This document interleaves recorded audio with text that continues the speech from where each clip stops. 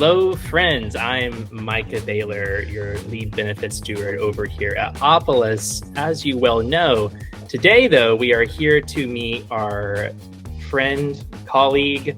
Are we colleagues, Ted? If we work together at the Commons?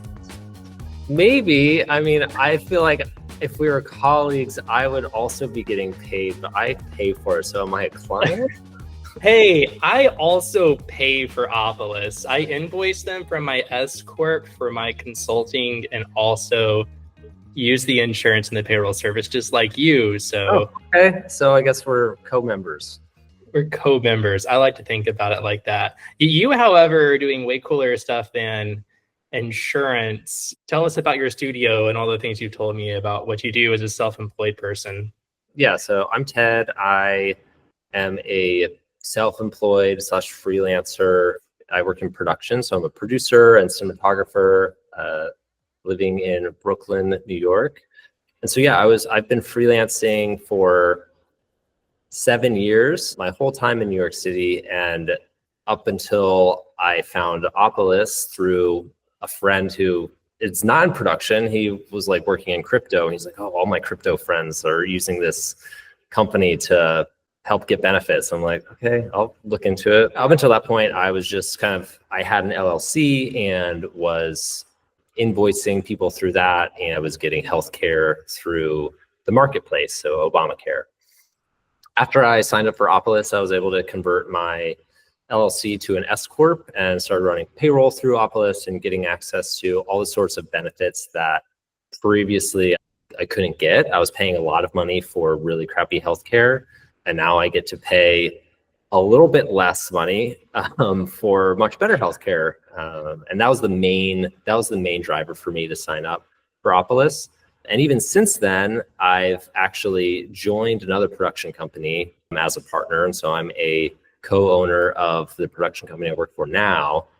And through layers of like shell companies, essentially, that let me have a sole proprietor S Corp that I am employing myself through, so I can get benefits through Opolis, but then I'm actually working for this other production company that has multiple members. And the way Opolis is set up, like my multi-member LLC, it doesn't work to like get access to sign up as all of us as members for Opolis. So just I'm doing it on my own through.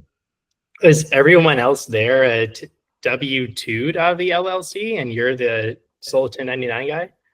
No, we're all K1. Oh, okay. And then I send an invoice and then get paid 1099 for a portion of my compensation, and then use that chunk to pay Opolis. And then so yeah, I have to hire someone to do my taxes. Nice. Has that been the hardest part out of running your business? No, I have like a pretty good accountant. It's like expensive, but yeah, I think it's kind of like when I was trying to do it, I did it myself for many years. And then at a certain point, I'm like, I've spent like 5 days trying to do my taxes and I hope I did them right. But then is that worth saving me $1,000? Like, not really. So that's when I was like, okay. It's unfortunate that our tax code is as complex as it is, where I have to pay someone to pay somebody. But so, and you're finding that with a competent CPA and the S Corp powered by Opolis, that's pretty much all your business back end? For me as an individual, yeah. And then there's like the layer of business back end for the other production company, but that's kind of separate, I guess. Yeah. Ted, you said that you came here to get Cigna coverage, which honestly, like a lot of our members come here for Cigna, but then open enrollment comes around and you change from Cigna to the Imagine 360 plan. Could you tell me some of what all of that was like for you? Sure. Yeah. I originally signed up because of that Cigna access. And then last year, the last open enrollment, the pricing options changed to where the tier I was interested in was Imagine 360. And so at first I was really skeptical because I'd never heard of Imagine 360. There were limited reviews on the internet about like what it was, but because of my like sole proprietor freelance status, it was still the best option on paper at least. And so we kind of decided, let's take the risk and go with it. And hopefully we can maintain access to the healthcare that we need. And it's been overall a positive experience. Like I'm planning on continuing with Imagine 360 next year, assuming that's what the options are for open enrollment. I haven't seen it yet. But it is a bit of a learning curve to onboard new providers and figure out how the system works. It's not quite as simple as handing your insurance card to your doctor's office and they sort it out. It takes a little bit more hand-holding. I treat it as like a sole proprietor. I'm used to dealing with clients and communicating between multiple organizations and companies and trying to get people to pay me. So I'm like, okay, well, you just need to pay this person. So it wasn't that big of a leap. It was like skill set for me to like make sure people were staying on top of email. But I will say the saving grace of the whole situation has actually been your personal help, Micah. I think I would have been way more frustrated, especially with a couple specific interactions I had with Imagine 360, trying to get a provider paid or trying to get something covered that they said it should have been, then wasn't all of a sudden. But I've always been able to reach out to you, and you have personal relationships with some people at Imagine 360 that have been able to speed things along and get things cleared when they've been clogged up for whatever reason. So yeah, it's more manual, but the access to care has been better. And I have almost like every provider we've tried to go to, even if they don't accept insurance, we've been able to get like a virtual credit card to pay for TMJ care, which is even with Cigna and like really, I mean, maybe some like really nice healthcare that unless I work for Meta, I won't get access to, gets that sort of provider coverage. But yeah, we were excited to be able to see some of those doctors. I'm so glad it's working for you. You know, you have like this whole situation where I feel like all of us can agree that the system ought to be better. And we all just sit around and kind of deal with it. I appreciate what you said about like being able to help you out with billing. Because I feel like at Opolis, it's like this acknowledgement that the system is broken and at least we can all come together and like fight the big bad insurance dragon together, you know? And it is just that like I have like this feeling that insurance knowledge should be pervasive and that people ought to be able to access the things that they need. So I just do that all day, you know? I'm glad that I've gotten to do that for you and your partner. It's been good. You know, you've told us that, you know, you're happy with the Imagine 360 now. You're planning on keeping it into next year. About like how long would you say did it take you for you to get like your providers onboarded to Imagine 360 versus now where it's kind of going a little bit smoother? Yeah, if someone's already onboarded, if they bill Imagine 360 directly after they're onboarded, that connection's already made. And so that you could go to and you can make an appointment directly with the provider and they can sort billing out and you pay your copay to the provider. And that's relatively smooth. But even if the provider doesn't take insurance, so you're going to be out of network, some of the like insurance terms aren't like one for one, I've noticed with Imagine 360. So like if you're used to a different, really any other health insurance, some of those like normal terms aren't quite exactly the same. So like out of network, and technically everybody's out of network for Imagine 360 unless they decide to bill directly with them and then they're in network. But I digress. There's a little bit there. Do you want me to unpack a can of worms briefly, because like you mentioned Health Smart earlier, and the Imagine 360 plan, like it contracts with all these different existing networks. Health Smart Network, Partners Direct Health Network are the big networks that it contracts with. And about half of the providers in the US are kind of like in Health Smart or PDH, Partners Direct Health. And we contract with those networks, but that just means it's easy to go there. The open access plan kind of works on this premise that there is no network. And the big thing that that does is it gives you just one out of pocket.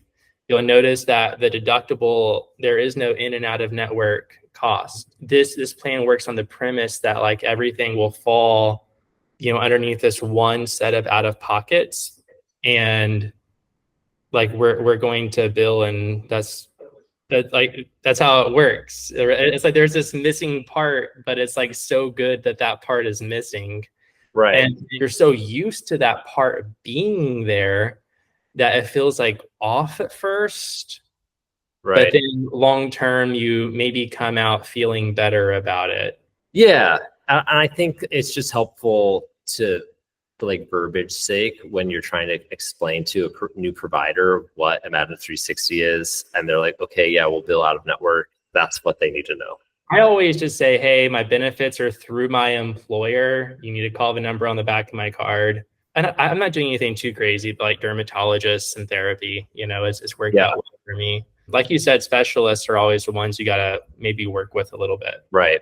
So, Ted, we've been talking a lot about the healthcare. Thanks for sharing your experience with it. I feel like hearing from real members actually using it is so much of what I've been missing in educating folks. I'm like, hey, just trust me, But at the end of the day, we as a community, we've ran this year now over 11,000 claims through our plan. And only 24 times have I had to get like specifically involved. And I think that speaks a lot to what we're up to, and hearing from folks like you is good. Moving past the health plan, some over here, like just tell me about Opolis. Like what keeps you around here? Is it just the great healthcare? Do you find other benefits and things that are just easier now than they used to be?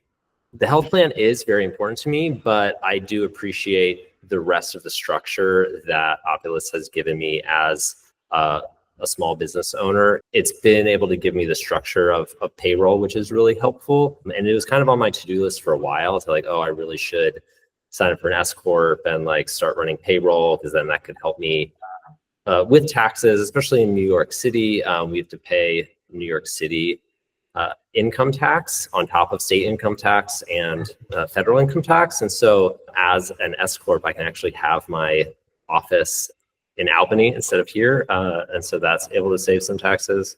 And yeah, it's like pretty affordable payroll, like the rate that is charged. And I appreciate, like even bigger than that, the general like ethos of the organization is coming together, and all of these sole proprietors that are out there doing all sorts of businesses, but we're really vulnerable on our own, just the way our economy is structured, the way our government is structured with benefits and protecting people. Big companies have a lot more protections than small companies.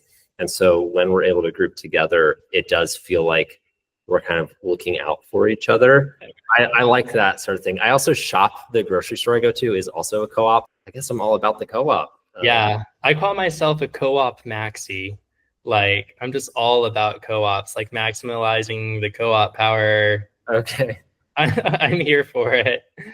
It is the labor movement of our time. Unionization happened last century, and people were collectively bargaining for better pay, safe working conditions, and good benefits. And these days, self-employed people are negotiating for better pay, safe working conditions. And then we're really left on our own when it comes to benefits and retirement and these things that like really matter. Yeah. So it's like you watch the rise in self-employment in the US, and then what about benefits? A lot of self-employed people will do the thing they love until the day they die. And, at least here we've come together to solve these things. I was just like you, Ted. I was just like you. Like I was S-corping for a period of time and not running payroll. And like, it's one of those things where you just know that it's good for you, but then you never like actually go and do it. And there's so many like little things, at least in my journey of meeting Opolis, I feel like we never buttoned up those things. And then we come here and they kind of like all these little things got buttoned up. I don't know if that resonates with you. It does make it cleaner, and I think Cleaner. it does bring some like a tax savings, and just like in my accountant approves, so that means thing. And I'm like, I can keep pretty clean books, so I'm not as chaotic as some people, but I love it. I love it. Well, sweet Ted, thanks for coming around here and hanging out at the water cooler with me at the proverbial self-employed cooperative office. yeah, my pleasure. I'm glad I could jump on and share my experience. Absolutely. Open enrollment is coming up. If I offer you Imagine 360, are you gonna have some Imagine 360? I think I'll hold on to it. Awesome, awesome. Well, cool, Ted. Anything else to say in closing? Where can we find you on the internet? You can find me on Instagram at Teddy_Dub, DUB, or my website, tedwillis.com. If you want to check out some of my work. My production company is hollyloo.com. Well, awesome. Thanks so much for stopping by today. We'll see you around the internet, Ted. All right, thanks.